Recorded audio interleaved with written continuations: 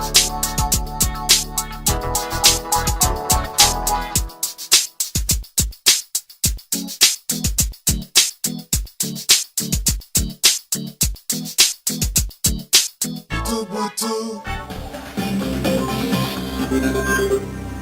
écoutez RFI en direct de Paris où il est 23h30. Par l'annulation de son concert, donc, qui aurait dû avoir lieu au Zénith de Paris. L'avez-vous entendu? Avez-vous compris sa douleur d'artiste?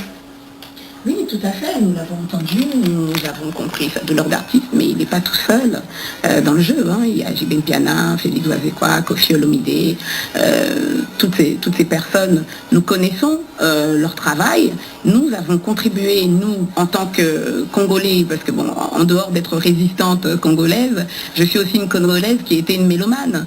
Qui a été ou qui est toujours une mélomane? Je suis toujours une mélomane. Je suis toujours une mélomane. Ce que je voulais dire aujourd'hui, c'est qu'évidemment, nous ne sommes pas contre la musique congolaise, nous ne sommes pas contre notre culture, nous sommes contre certains artistes qui soutiennent aujourd'hui le pouvoir de Kinshasa. Donc on comprend leur douleur, mais ils devraient comprendre surtout la douleur de tout un peuple qui est le peuple congolais. Alors, je voudrais qu'avant tout, vous nous présentiez ce mouvement des combattants patriotes avant de revenir sur l'aspect politique, puisque vous avez évoqué le pouvoir congolais. Oui, le mouvement des patriotes résistants congolais a commencé évidemment. On n'est plus combattants? Tout le monde dit combattant, patriote, combattant, c'est quoi, résistant aujourd'hui? Être résistant congolais, être patriote congolais, c'est automatiquement être combattant. Parce que de l'autre côté, ils ont aussi des combattants, mais nous sommes un mouvement de résistance. Nous sommes en train de résister contre un pouvoir que nous estimons illégitime et qui est en train de gangréner. Alors expliquez l'esprit de ce mouvement. L'esprit de ce mouvement, c'est d'abord, il faut le dire, c'est Kabila dégage. Parce que nous sommes aujourd'hui en train de lutter contre ce pouvoir qui est en train d'appauvrir la RDC, qui est en train de gangréner les Congolais. Donc c'est surtout ça, l'esprit du combat, c'est Kabila dégage. Nous sommes en train de lutter pour une paix durable en République démocratique du Congo. Ouais. Nous sommes en train de lutter pour une émergence économique et surtout pour un état de droit en RDC. Alors, je vais me permettre de vous dire quelque chose parce que pour moi, ça me semble extrêmement important. Oui. L'idée de cette rencontre avec les combattants patriotes, c'est justement de confondre à la fois les avis, les rancœurs, les reproches que peuvent faire les artistes, mais aussi d'entendre ce que vous faites vous et les raisons des actions qui sont les vôtres et où vous perturbez donc les concerts, vous les annulez, enfin vous faites en sorte qu'ils soient annulés. Et peut-être pas d'avoir, même si vous l'avez évoqué, on l'a dit, on n'a plus besoin d'en parler, l'aspect on veut que tel président, parce qu'à la limite, on peut effectivement, alors vous allez me dire oui mais ça se passe pas tout à fait comme ça, on peut aller aux urnes, on peut aller sur place, on peut être opposant politique et tout cela, et comme là nous n'avons sur le plateau personne qui va venir encenser la politique du président Kabila, donc on va en rester là sur ce sujet-là. Maintenant, je voudrais que Kerwin Maïzo nous parle du mouvement et dans un instant, Félix Ouazekwa. Que les pouvoirs des Kinshasa est un pouvoir d'occupation, c'est-à-dire ils doivent résister. Ça on a compris, encore une fois, parce que comme il n'y a pas de contradicteur ici, voilà, ça on a bien compris, lui on l'a très bien expliqué. Voilà, donc c'est une nébuleuse qui n'a pas de tête, il est dans tous les pays et beaucoup plus actif, ça a commencé en Grande-Bretagne en fait, mais beaucoup plus actif en France, en Belgique, en Afrique du Sud, et d'une certaine mesure au Canada, aux États-Unis, et surtout en Australie, et très intellectualisé au Japon. D'accord. Voilà. Félix Ouazekwa, merci d'être avec nous. Oui, merci, Claudie. Qu'est-ce qui, pour toi, est... alors je parlais de perturber tout à l'heure, je parlais de concerts annulés, mais ça va bien au-delà. Qu'est-ce qui, pour toi, est extrêmement gênant en tant qu'artiste, en tant que producteur, en tant que figure du monde culturel congolais, dans l'action, dans la posture des combattants patriotes, des résistants comme ils s'appellent aujourd'hui? Merci beaucoup Claudicien pour cette possibilité que vous m'offrez aujourd'hui, et tu m'offres, parce qu'on se quitte pas souvent, exactement, de parler de ces problèmes. Et je voulais dire une chose. La personne qui est sur place, Yuyu, elle vient de dire une chose très importante. Elles sont, enfin, bon, disons, ils sont contre les musiciens qui ont joué pour Kabila. Pourquoi interdisent-ils ceux qui n'ont même pas joué pour Kabila?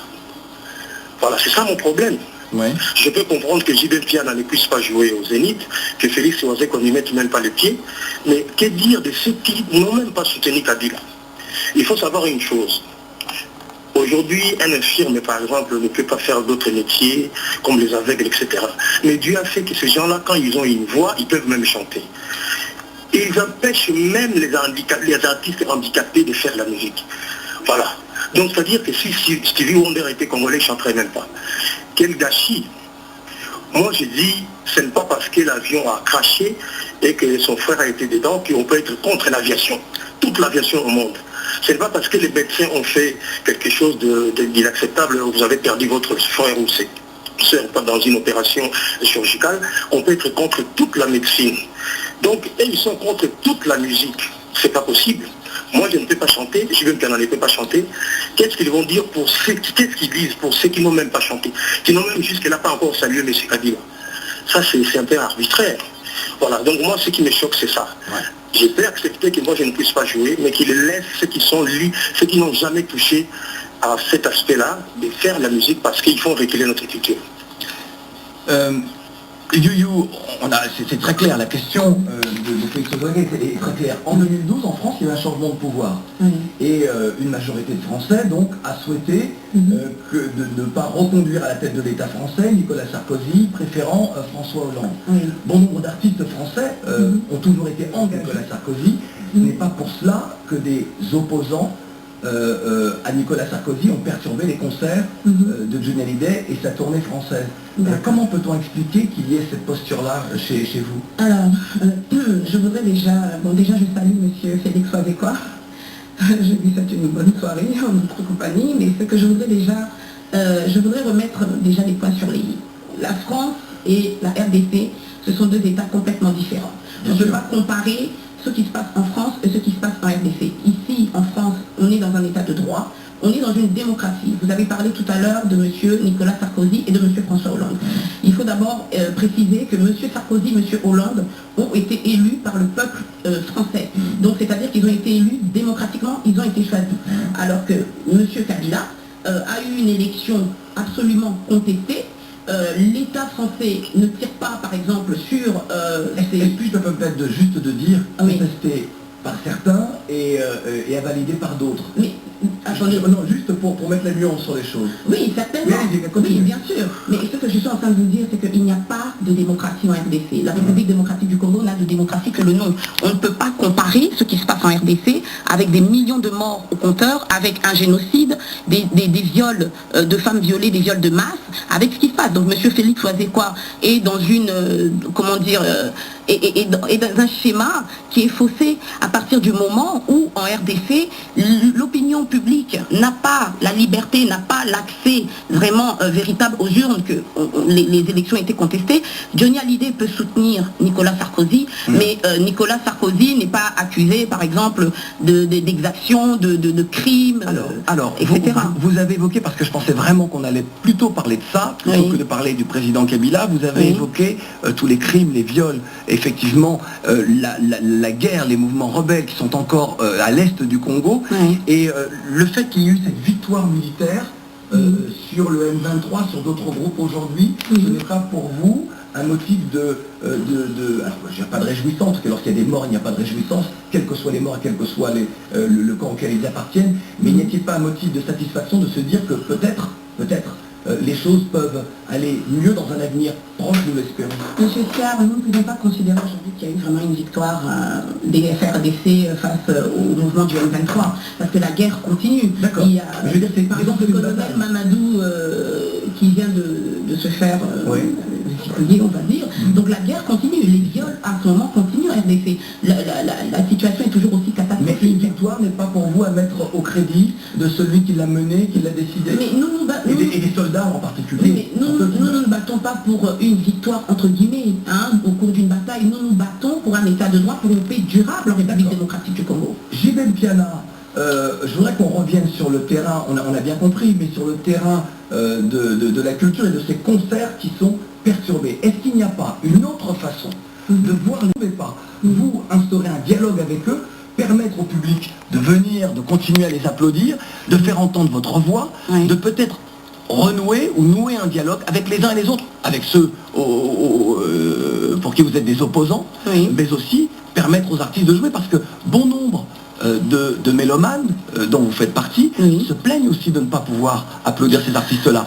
Et puis on pourra revenir peut-être après dans un instant sur la posture des artistes, parce que je crois que c'est peut-être là où il faut en venir. Où le bas blesse, oui. Bien sûr, mais je voudrais quand même préciser que nous ne nous estimons pas en tant qu'opposants, on s'estime en tant que résistants. Tout à l'heure, Karine l'a dit, on prend vraiment, il faut prendre le contexte, prenez la phrase, il n'y avait pas d'opposants à Hitler ou à Pétain, il y avait des résistants. Nous sommes des résistants parce qu'on estime que voilà, notre pays est occupé. Et par rapport à la musique, pour répondre à monsieur Félix Ouazekwa, pourquoi on a voilà, qui n'ont même pas chanté pour Kabila, tout simplement parce qu'on veut être impartiaux. On ne veut pas commencer à devenir mettre des artistes à l'index et d'autres les favoriser. Je vais donner l'exemple du groupe Benda Bilili, c'est ça, hein, Benda Bilili. Il a évoqué Mais Benda Bilili se produit, Benda Bilili sont partis au Festival de Cannes, personne ne les a empêchés. Il y a par exemple Relema qui se produit, il y a... Relema vit en France. Mais il vit en France, mais il y a d'autres artistes aussi, musiciens qui vivent en France et qui se produisent, etc. Donc en fait, pourquoi est-ce qu'on sanctionne ces gens-là? Parce que ce sont des leaders d'opinion. On n'empêche pas la musique, les gens peuvent écouter leur musique en privé, mais si on se permet d'empêcher ces concerts, c'est parce qu'ils ont un impact sur le public. Et à travers ça, nous voulons faire comprendre au peuple congolais que la situation en RDC est catastrophique. Donc c'est ça que M. Ouazekwa devrait comprendre. Vous parliez de démocratie tout à l'heure. Est-ce finalement si démocratique que cela que d'empêcher certains artistes de se produire quand on sait que leur histoire, leur vie se fait à travers la scène, le fait de partager leurs chansons et leurs œuvres? Je vais revenir encore à la Seconde Guerre mondiale. Il y a certains artistes ici en France qui ont été boycottés tout simplement parce qu'ils ont participé à la collaboration. Ils ont chanté pour les nazis, etc. Alors, oui, mais vous ne trouvez pas que vous allez peut-être un peu loin, que vos propos sont forts lorsque vous comparez l'occupation française, enfin l'occupation allemande durant la Seconde Guerre mondiale et ce qui se passe aujourd'hui? Je ne parle pas en termes de victimes des morts, parce que ça c'est évident, c'est effroyable. Un mort est un mort de trop aujourd'hui dans l'Est, surtout dans les conditions dans lesquelles ces personnes perdent la vie. Ça là-dessus, je crois qu'il n'y a même pas de débat.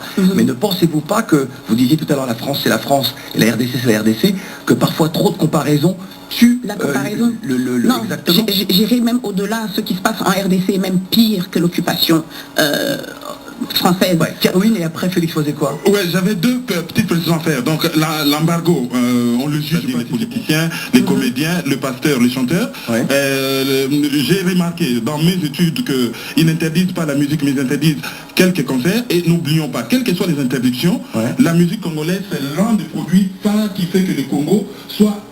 Le seul domaine qui fait que le Congo soit respecté aujourd'hui, c'est la musique. Donc, les combattants patriotes ne doivent pas oublier aussi que c'est grâce à ces musiciens que le pays a gardé un semblant d'honneur sur le plan culturel. Ça, on l'oublie pas. Donc, ce problème-là, on dit que ce sont les combattants qui interdisent la musique, c'est vrai. Mais il faut aussi parler d'eux-mêmes, des chanteurs. Lorsqu'il y en a un, deux qui montent ici en Europe, les opposants, ceux qui payent les gangs à la gare du Nord et consorts pour l'empêcher de jouer, ce sont leurs propres collègues. Ensuite, il y a un deuxième problème, c'est que les chanteurs, s'il y a certaines personnes qui s'opposent avec virulence contre eux, c'est parce que lorsqu'ils venaient ici en masse avec les orchestres, ils ont engrossé des jeunes filles, ils ont pris l'argent pour des dédicaces, des fois 1000 euros, 1500 euros, et la personne attend 3 albums sans que sa dédicace ne passe. Et toutes ces personnes se sont coalisées contre les chanteurs. Moi je pense que les chanteurs doivent balayer devant leurs portes, tout comme les combattants aussi qui ont des insuffisances, ils doivent balayer devant leurs portes. Au final, nous sommes tous Congolais qui se mettent ensemble et qui dialoguent afin que solution soit trouvée à ces problèmes. Pour l'instant ça me paraît un peu difficile. Félix Ouazekwa. Oui. Que peux-tu ajouter à ce qui vient d'être dit? Oui, beaucoup de choses à ajouter, Claudicia. Mais voilà. Alors si ils veulent accélérer un combat, en empêchant la musique, en empêchant les artistes et les musiciens de jouer, et ça les ramène quoi? Parce qu'en fait, on dit quoi? Voilà, les musiciens ont soutenu M. Joseph Kabila pendant les élections. Mais ce n'est pas seulement les musiciens qui soutiennent le président de la République. Celui qui coiffe le président de la République, c'est aussi un Congolais qui ferme tout le salon de coiffure là-bas en Europe. le mécanicien de M. Kabila, certains Congolais qui ferment alors, qu'ils empêchent maintenant tous les gens de faire, les livreurs, tout ça. La présidence fonctionne avec tous les métiers. Donc pourquoi est-ce qu'ils ont choisi seulement la musique? Voilà. Donc est-ce qu'on fait la fête seulement avec la musique? Dans une fête, il y a la musique, il y a la nourriture et il y a la boisson. On peut fermer les boîtes de nuit là-bas. Il y a la musique et la boisson. La boisson, oui. Voilà. Donc c'est grave, c'est grave, c'est grave. On se retrouve dans un instant que les combattants ont totalement raison. Et qu'entre tout ça, il y a peut-être le Congo, il y a le peuple congolais, il y a l'image du pays, il y a ce que vous représentez, ce que vous devez faire, les engagements des uns et des autres. Est-ce qu'il ne faut pas arriver à, encore une fois, nouer un dialogue pour cesser ça, qui n'est pas le plus beau des spectacles? Désolé du jeu de mots un peu facile. Je comprends tout à fait, mais pour répondre à M. Wazekwa avant de rebondir sur ce que vous avez dit très vite, je voudrais juste dire à M. Wazekwa que le chauffeur de M. Kabila ou le coiffeur de M. Kabila ne sont pas des leaders d'opinion, ils n'ont pas d'impact. Mais ça on a compris. Oui, non, mais c'est vrai, non, mais pour ça parce que vous l'avez expliqué. Voilà, ils n'ont pas cette capacité de mobiliser les foules pour qu'un tel aille voter pour un tel. Compris. Ce qu'il veut dire, c'est que chacun dans sa vie, dans ce qu'il a, dans ce qu'il est, soutient peut-être quelque part et n'est pas perturbé comme eux sont perturbés, parce que vous l'avez dit. Mais oui, voilà, c'est ça que je voulais dire. Et puis, pour ce qui concerne le dialogue, je peux prendre l'exemple des artistes comme Bob Marley, Myriam Makeba, Tiken Jah Fakoly, l'Ivoirien, Alpha Blondy. Toutes ces personnes-là, ce sont des leaders d'opinion aussi, et à leur façon, ils se sont mis à un moment donné aux côtés de leur peuple pour dénoncer des inégalités. Pourquoi est-ce que les musiciens congolais ne sont pas capables de le faire? Enfin, ce que je voudrais vous dire, c'est qu'Alpha Blondy, puisque vous prenez l'exemple, Alpha Blondy a chanté Jah Oufoué, et n'a jamais été, ses concerts n'ont jamais été perturbés parce qu'il a été proche ou parce qu'il a chanté le président Félix Houphouët-Boigny. Voilà ce que je veux dire. Alors, c'est très complexe. Je pense que nos auditeurs... C'est encore autre chose. Oui, non, mais c'est pour ça que c'est encore autre chose. Parfois, les comparaisons, c'est pour ça que ça depuis tout à l'heure. Je crois qu'aujourd'hui, il est peut-être temps d'arriver à peut-être ou mener le combat autrement, ou dire les choses autrement, mais peut-être arriver à dialoguer. Je crois, me semble-t-il, on a bien compris avec ce qu'a dit Félix, ce que vous dites également. Le dialogue est possible. Vous avez 10 secondes. Si le dialogue est possible, qu'ils se mettent d'abord à côté du peuple, qu'ils écoutent la souffrance de leur peuple. Aujourd'hui, leur peuple est en train de leur dire que nous, qui nous avons soutenus jusqu'à présent, vous nous avez tourné le dos. Et c'est le peuple qui fait les musiciens, c'est pas les musiciens qui font le peuple. Félix Wazekwa, qu'as-tu à dire? Vraiment 10 secondes, pas plus.